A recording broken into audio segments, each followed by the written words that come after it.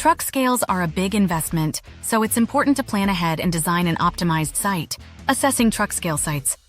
To ensure the longest lifespan and best performance for your truck scale, proper site planning is essential.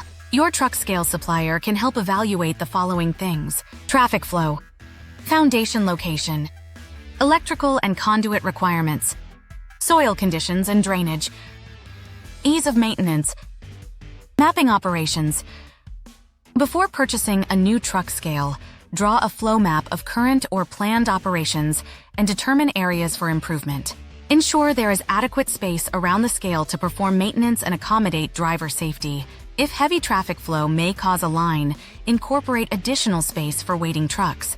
Also, consider any special filling or dumping procedures that need space at the site. Plotting traffic flow. Plan traffic patterns on your flow map, marking where trucks enter, load, unload, and exit the site. Make sure there is plenty of room for drivers to maneuver. Once you've plotted the flow, take a test drive with a full-size truck, checking for any tight spots or safety issues.